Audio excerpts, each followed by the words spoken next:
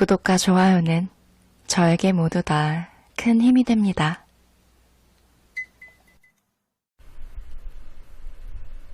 안녕하세요. 거북이의 별책 브록의 거북이입니다.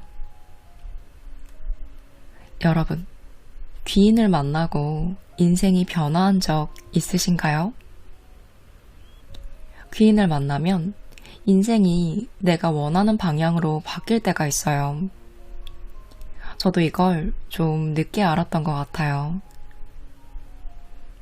오늘은 나에게 오는 귀인, 내 주변 사람이 귀인인지 판단하는 방법을 이서연 저자의 운, 준비하는 미래와 함께 살펴볼게요.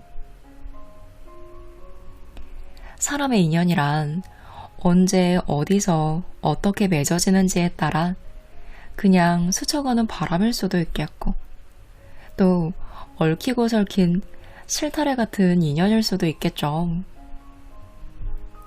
우리가 살아가는 동안 맺어지는 인연의 실마리를 살펴보는 건 운명학에서도 굉장히 중요하게 생각하는데요. 운명학은 언제나 최소의 노력으로 최대의 행운을 누리는 방법을 가르친다고 해요. 그래서 인연을 중요하게 생각할 수밖에 없는 거죠. 사실 우리의 운이 바뀔 때 가장 눈에 띄는 변화는 바로 새로운 사람을 만나는 거래요. 근데 여기서 말하는 새로운 사람이란 처음 만나는 낯선 사람만 의미하는 게 아니라 이전의 관계가 변하면서 새로운 관계로 발전하는 경우에도 새로운 인연인 것으로 여깁니다.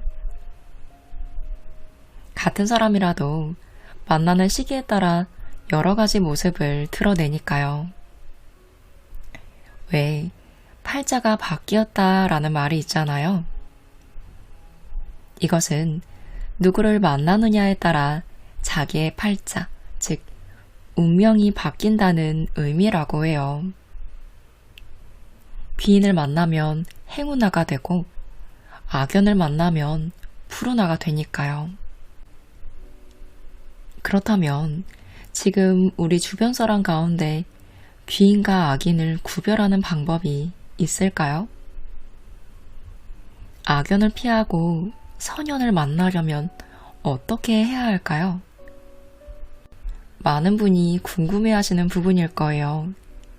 즉, 누구를 만나면 운이 좋아지고 누구를 만나면 운이 나빠지느냐인데요. 여기서 알아둬야 할 것은 대부분의 경우 누군가를 만나서 운이 좋아진다고 생각하잖아요. 근데 그게 아니라 나 자신이 운이 좋을 때 귀인을 만나고 내가 운이 나쁠 땐 악연을 만난다고 저자는 말합니다.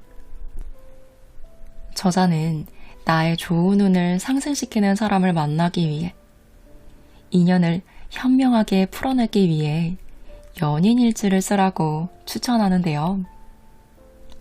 연인일지라고 해서 매일 일기처럼 쓸 필요는 없고 왜 우리가 만나는 사람 중에 나의 필요에 따라 무언가 의미가 있거나 마음에 남아있는 사람이 있잖아요.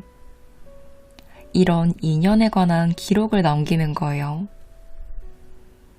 만남의 인연, 일의 관계, 감정의 문제 등 내가 생각나는 대로 솔직하게 메모하는 것이죠. 여러분은 인연에 대해서 따로 기록을 남긴다는 생각 해보신 적 있나요?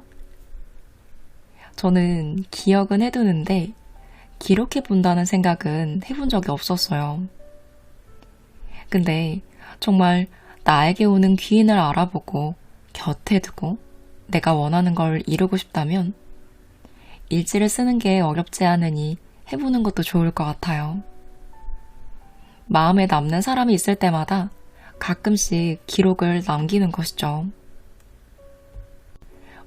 이게 좀 번거롭다고 생각하실 수도 있어요. 근데 이 내용을 읽고 이렇게 하면 적어도 나에게 오는 기회를 쉽게 놓치진 않겠구나 하는 생각이 들어서 알아두면 정말 좋을 것 같아 소개해 봅니다. 왜냐하면 정말 한 인연이 내 인생에 아주 중요한 터닝포인트가 될 수 있으니까요. 그렇다면 인연일지는 어떻게 쓰면 좋을까요? 저자는 어떻게 쓰라는 힌트를 몇 가지 주는데요. 참고하시면 좋을 것 같습니다. 첫째, 여러분에게 중요한 사람에 대한 객관적인 기록을 하세요. 먼저 인연일지에 기록할 의미가 있는 사람의 이름, 성별, 나이를 씁니다. 또한 생년월일을 적으면 더 좋다고 합니다. 다음은 그 사람과의 관계를 쓰세요. 직장 동료, 선후배, 취미를 함께 즐기는 관계, 오랜 친구, 연인 등 다양한 인연이 있을 수 있겠죠. 그리고 처음 알게 된 시기와 그때 나의 상황을 기록하세요. 이것은 나중에 다른 사람과 인연을 시작할 때 참고로 삼을 수 있다고 해요. 예를 들어, 내가 기분이 설레고 들뜬 상황에서 만난 사람과는 악연이 되었거나, 아니면 내가 진짜 가기 싫은 모임에 갔다가 대박을 안겨준 기인을 만났다면 앞으로도 돌아오는 운에서 비슷한 일이 일어날 가능성이 높다고 합니다. 되게 재밌죠? 정말 이럴 때가 있어요. 진짜 기대한 자리에선 실망할 때가 있고, 별 기대 안 하고 안 내키는 자리에 갔는데 뜻밖의 좋은 인연을 만날 때, 예상 밖의 좋은 인연을 만나면 안 좋았던 내 상황이 확 바뀌기도 하잖아요. 뒤늦게 알아차리는 것보다 기록을 한다면 다시 오는 좋은 상황을 놓치지 않을 수 있겠죠. 둘째, 중요한 사람에 대한 나의 주관적인 기록을 해보세요. 말하자면 그 사람에 대한 나의 주관적인 생각과 평판을 기록해보는 거예요. 예를 들어, 내가 생각하는 이미지와 성격을 간단히 항목을 만들어 내 생각대로 적으면 됩니다. 그리고 이것이 내 감정이 깔려있는 추측인지, 실제로 겪은 일을 근거로 한 것인지 함께 기록하는 게 좋습니다. 이때 중요한 점은 나의 느낌과 감정에 충실한 내면의 기록이 되어야 한다는 거예요. 그래야 다른 사람의 입장이나 평가에 영향을 받지 않고 내 중심의 관계를 만들어 나갈 수 있으니까요. 셋째, 이번에는 노트 한 페이지를 반으로 접어서 한쪽은 그가 나에게 기대한 결과, 다른 한쪽은 내가 그에게 기대한 결과라는 항목을 만들고 생각나는 대로 기록해 보세요. 이 기록은 나중에 인연의 인과관계를 파악하는 데 도움이 된다고 합니다. 마지막엔 반드시 여러분의 평가가 뒤따라야 해요. 예를 들어, 이 관계에서 얻은 행운과 교훈이라는 항목을 만들고 이 두 항목을 비교하면서 서로에 대한 기대치와 향후 관계를 가늠해 보는 거예요. 이 작업을 제대로 하기만 하면 상대의 모습과 나의 모습이 거울에 비친 것처럼 또렷하게 보이게 된다고 합니다. 그리고 마무리로 내가 노력해야 할 점과 방향을 생각하고 정리해 봅니다. 이 관계를 계기로 나는 어떻게 성장할 것인지 염두에 두는 것이죠. 이렇게 기록하면서 마음에 두고 있는 사람에 대한 관계를 차분차분 이어나가 나의 기인으로 둔다면 이것을 계기로 제대로 성장해 볼 수 있지 않을까 예상해 봅니다. 일지를 기록하는데 가장 중요한 기준은 나 자신이어야 한다고 해요. 어쨌든 인연을 맺는 주체는 바로 나니까요. 그래서 행운과 불운을 판단하는 주체도 항상 나 자신이어야 합니다. 하지만 인연을 통해 행운의 열매를 수확하려면 인연을 맺을 때 내 무의식과 의식에 질투나 피해의식, 죄책감 같은 감정은 있지 않아야겠죠. 이런 감정들이 내재되어 있으면 한쪽으로 치우친 편협된 생각을 하니까 좋은 인연을 알아보지 못한다고 합니다. 또한 어떤 인간관계라도 감사할 점을 찾아내면서 인연운을 좋게 하는 것도 중요하다고 해요. 좋은 감정에 씨앗을 뿌리면 나중엔 행운이라는 열매도 맛볼 수 있으니까요. 내가 인연을 맺을 때도 행불운의 씨앗과 열매는 나 자신이 뿌리고 거둔다는 사실을 꼭 기억하시면 좋겠습니다. 우리 인생살이에는 언제나 변곡점이란 게 있는데요. 이것은 변화의 시작이라고 할 수 있겠죠. 그럼 여러분의 과거를 천천히 돌아보세요. 크건 작건 인생이 변하는 시기가 있을 거예요. 이때 어떤 일들이 일어났을까요? 아마 변하는 시기마다 우리는 누군가와 멀어지기도 하고 누군가와 가까워지기도 하고 아니면 새로운 누군가를 만나는 등 주변에 있는 인연이 달라져 있을 거예요. 주역에서도 이렇게 변하는 시기에 세 사람의 손님이 온다고 하는데요. 이 세 사람이란 바로 하늘과 땅과 사람입니다.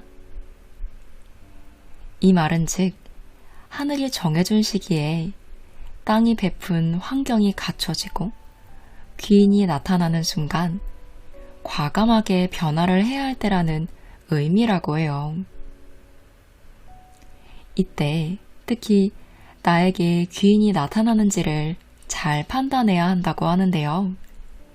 만약 귀인인 사람이 나타난다면 내게 오는 것을 절대 놓치지 말고 존중하고 뜻을 받들어 실행하면 언제나 끝도 좋다고 저자는 말합니다. 귀인은 사주에서 좋은 작용을 하는 길성을 일컫는 말입니다. 때로는 눈에 보이는 인연의 모습으로, 때로는 보이지 않는 에너지로 나타나 원하는 것이 쉽게 이루어지도록 도와줍니다. 그런데 이 같은 귀인을 사주에 가지고 있는 사람은 많은데 실제로 잘 활용하는 경우는 그렇게 많지 않다고 해요. 아마 내 안에 귀한 사람을 비춰볼 수 있는 거울이 너무 흐려진 탓은 아닐까 예상해 봅니다. 그렇다면 내 귀인을 만나고 알아보고 내 곁에 두려면 어떻게 해야 할까요? 저자는 이에 대한 답을 얻기 위해 귀인을 만나 드라마틱한 인생 역전을 이룬 3,500명의 사례들을 연구했어요. 귀인의 도움을 받아 원하는 것을 이룬 사람들에게 이 세 가지 공통점이 있었다고 합니다. 첫째, 자기만의 개성이 있습니다. 여러분, 개성이 있다는 건 어떤 뜻일까요? 왜 보통 우리는 눈에 띄는 옷을 입거나 좀 튀는 헤어스타일을 하거나 강한 화장을 한다면 개성이 있다라고 하잖아요. 근데 여기서 말하는 개성은 그런 게 아니에요. 험난한 세상에서 휩쓸려만 가는 게 아니라 내 안에 특별함을 잃지 않고 나만의 뜻을 지킬 만한 고집이 있다는 뜻입니다. 이들은 다른 사람의 개성 역시 잘 알아보고 존중하는 자세가 몸에 배어 있다고 해요. 다수의 뜻에 휩쓸리는 사람이 아닌 나만의 신념이 있는 사람이 있잖아요. 그리고 다른 사람의 신념 또한 존중하는 사람이 있죠. 이런 사람을 여기서는 개성 있는 사람이라고 말하는 것 같아요. 둘째, 일명 거지근성이 없습니다. 거지근성이 없다는 것. 어떤 의미인지 아시겠죠? 거지는 남에게 빌어먹고 사는 사람을 뜻하는데요. 이런 사람은 안타깝게도 궁극적으로 원하는 것을 얻지 못하게 될 확률이 크다고 합니다. 자신은 아무것도 줄 것이 없기 때문이죠. 귀인을 만나려면 먼저 투자가 이루어져야 하는데요. 무엇이든 지금 내가 투자할 수 있는 자원을 먼저 투자해야 한다고 해요. 하지만 그게 반드시 돈일 필요는 없습니다.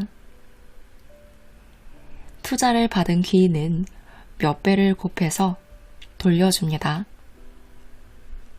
우리가 10을 투자하면 100배로 부풀려서 1000으로 돌려주고 100을 투자하면 10,000으로 돌려주는 것이죠. 하지만 0인 상태라면 아무리 큰 수를 곱해도 결국 0이 될 수밖에 없겠죠. 이 말은 즉 거지근성을 가진 사람은 하늘에서 아무리 많은 재물이 떨어진다 한들 결국 거지로 남을 수밖에 없습니다. 셋째, 자신의 부족함을 인정합니다. 귀인을 만나 성공한 사람들은 완벽하지 않은 자신을 받아들이고 인정한다고 해요. 단점이 없는 사람이 이 세상에 있을까요? 정말 훌륭한 사람도 단점이 있기 마련인데요. 수많은 사람들을 만나본 저자의 경험으로는 귀인을 만날 운이 있는데도 이 인연을 놓치는 사람들은 나의 한 가지 단점을 자신 그 자체로 보거나 귀인을 만날 자격이 없다고 단정 짓는 경우가 정말 많았다고 해요. 하지만 세상엔 완벽한 사람은 없습니다. 자신도 그리고 다른 사람들도 불완전한 사람이라는 사실을 인정해야 합니다.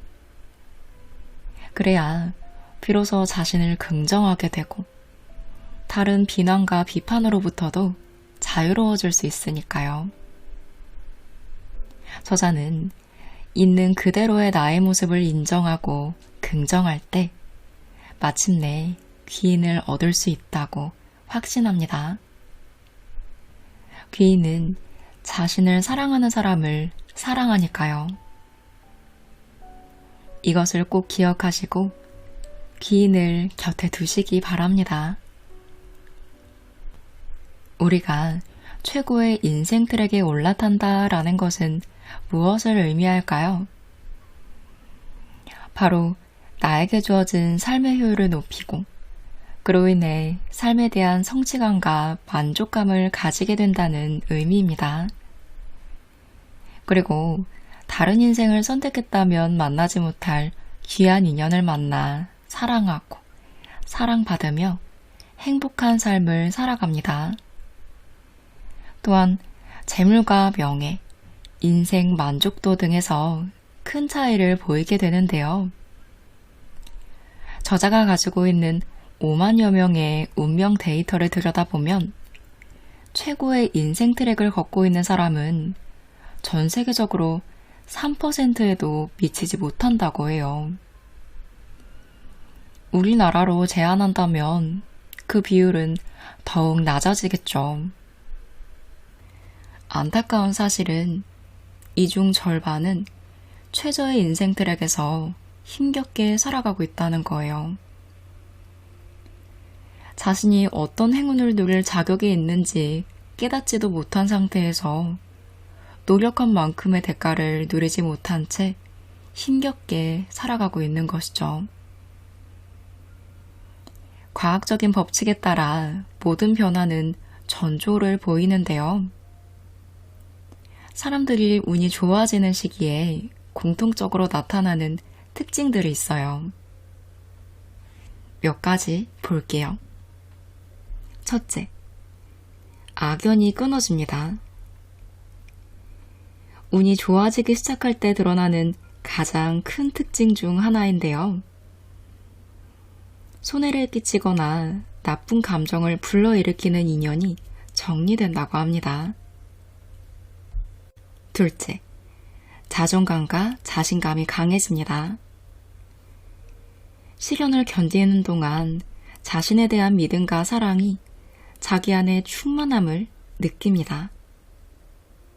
셋째, 상대에게 큰 기대를 하지 않습니다. 외부에 대한 의존도가 크게 줄어듦을 느낀다고 해요. 다른 사람에게 의지하기보다는 자기 중심의 가치 판단과 생활에 만족합니다. 도움을 받기보다는 도움을 주는 자신을 자랑스러워합니다. 넷째, 새로운 일이 시작될 조짐이 보입니다. 오랫동안 준비했던 일의 성과가 드디어 보이기 시작하는 거예요. 새로운 모임에 가입해 새로운 인연을 만나거나 새로운 일의 아이디어가 떠오르기도 합니다. 다섯째, 취향에 변화가 생깁니다. 좋아하는 색깔이 달라지거나 의상, 헤어스타일, 취미가 자연스럽게 변화한다고 해요. 누구나 최고의 인생 트랙에서 자신에게 주어진 행운을 누리며 행복한 삶을 살아갈 자격이 있음을 믿어야 합니다. 불행한 삶을 살기 위해 태어난 사람은 없으니까요. 온 우주의 에너지를 받아 태어나는 모든 생명은 기쁨이고 축복입니다. 이것이 살아가는 동안 자신의 행복과 행운을 믿어야 하는 이유이기도 하죠. 운명학의 가르침도 마찬가지라고 저자는 말합니다. 행운을 쫓기보다는 때를 기다리라고 가르쳐요. 최고의 인생 트랙으로 옮겨갈 수 있는 결정적인 순간을 기다리라는 뜻이죠. 인생의 고비마다 선택을 해야 하는데 이 선택의 순간에는 최적의 타이밍과 올바른 방향이 결과를 좌우하니까요. 사람의 만남, 일의 추진, 돈 문제 등 모두 이 두 가지 해법이 있습니다. 그리고 이를 현명하게 선택하는 힘은 자신의 내부에 존재하고 있음을 믿어야 합니다. 최적의 타이밍에 최고의 인생 트랙으로 옮겨갔다면 분명 얼마 지나지 않아 우리의 삶은 드라마틱하게 변화하게 됩니다. 우리가 자신의 삶에 대한 세세한 신경을 쓸 필요도 없이 운명이 나를 위해 최고의 것들을 준비해 두었으니까요. 우리는 내 능력과 노력 이상의 행운과 행복을 누리는 것에 감사하다 라는 마음으로 살아가면 된다고 저자는 말합니다. 오늘은 내 기인을 놓치지 않고 알아보는 방법과 최고의 인생 트랙에 올라탈 행운을 맞이하는 징조에 대해서 이야기해 보았습니다. 이소연 저자의 운, 준비하는 미래와 함께 했는데요. 제게는 나의 귀인으로 행운을 누리는 방법 외에도 내 인생의 행운을 알아보고 꽉 붙잡고 활용하는 방법이 알차게 담겨 있어요. 제가 평소 이분의 책들을 참 좋아해요. 인생의 고비를 만났을 때 현명하게 대처하고 행운을 맞이하게끔 도움을 받을 수 있는 내용들이 많아요. 제가 예전에 울면서 읽으며 위로받았던 책 중 하나이기도 합니다. 그래서 이전에 위로받았던 내용을 소개할까 했는데 제가 귀인을 만나려나 봐요. 아니, 알아보려나 봐요. 예전에 읽었을 때는 위로받는 내용이 와닿았었고 귀인에 대한 내용은 그냥 그랬었거든요. 근데 최근에 다시 재독을 할 땐 왠지 오늘 소개한 내용이 좋았어요. 그래서 함께 보았습니다. 나의 행운을 통해 최고의 인생 트랙으로 올라가고 싶은 분들이 참고해보시면 좋을 것 같습니다.